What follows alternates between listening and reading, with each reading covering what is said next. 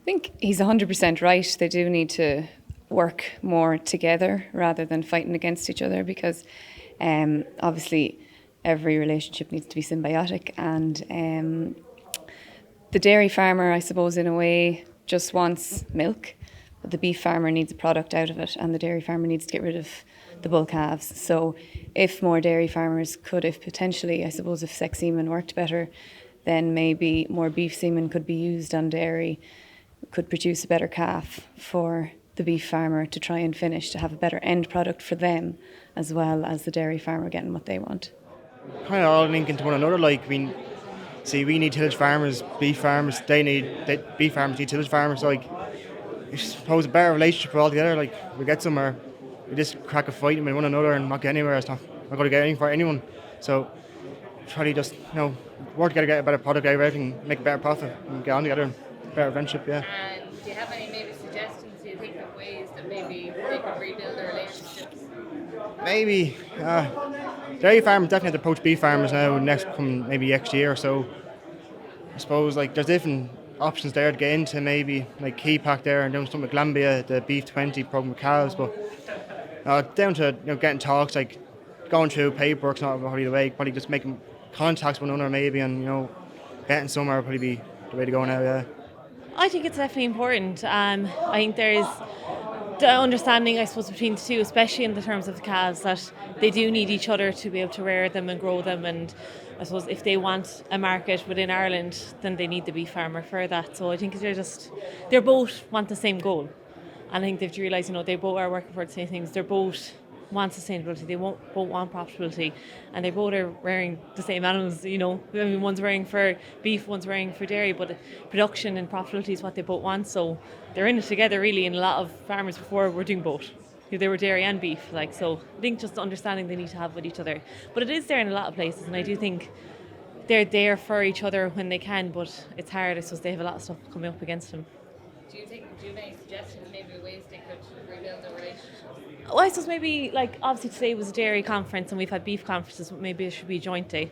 If that's something that maybe we can actually have one for all the farmers to come together, and all the stuff, they all need to use fertiliser, they all need to do the grass management. So maybe a few more things that can bring them together, and maybe they can actually discuss if there's differences or grievances that they might feel that the other one doesn't actually feel that way. But yeah, but I suppose look at down the road, beef farmers can't stay losing money. I suppose they're not going to stay in business, and that's going to come back and affect us as dairy farmers to get rid of the calves and all that. So look, I suppose in general we're going to have to probably maybe work with the beef farmers and maybe rear the calves for maybe an extra week or two to allow them to make something, or else giving them for free or something. And I think there's probably been a bit of damage done to it over the last couple of years, but I think the dairy farmers and beef farmers can work together. I think it's about the dairy farmer producing a quality product that is of value to the beef man, and I think the public perception is probably damaged at the moment. I don't think it reflects the reality. Certainly, on our dairy farm, our calves, male or female, bulls or heifers, are treated equally and respected equally. If you get a sick bull calf in the pen, you're going to get sick heifers in the pen, and it's it's just going to end up a bit of a disaster for you. But I do think that the relationship can be rebuilt, and I think it'll be rebuilt quickly.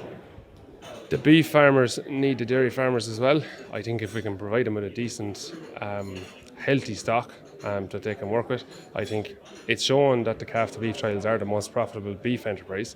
So I think if we can provide them with healthy stock, going out the gate at a reasonably young age but strong at the same time, I don't see why it shouldn't work. On the flip side, I think the dairy or the beef industry needs to work hard to provide us with the bulls that can actually do the job for the dairyman, in terms of especially easy calving, short gestation, that kind of thing.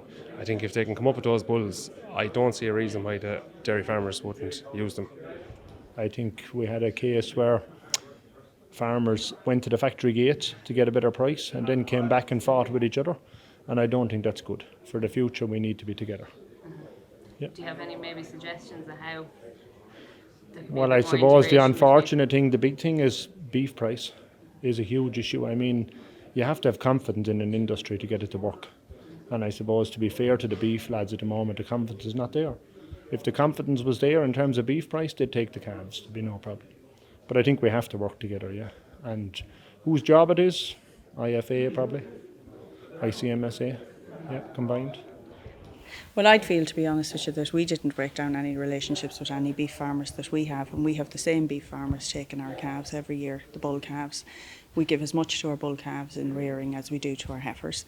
At the end of the day, they want a healthy product, and we don't want any form of, disease or scour or anything in our yard. And I think once we can do that, the same two men have stood on for our calves for the last few years, and they will next year again.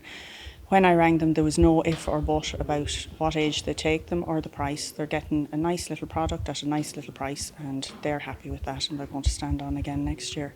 And I know there's a bigger question then with regard to maybe the national herd.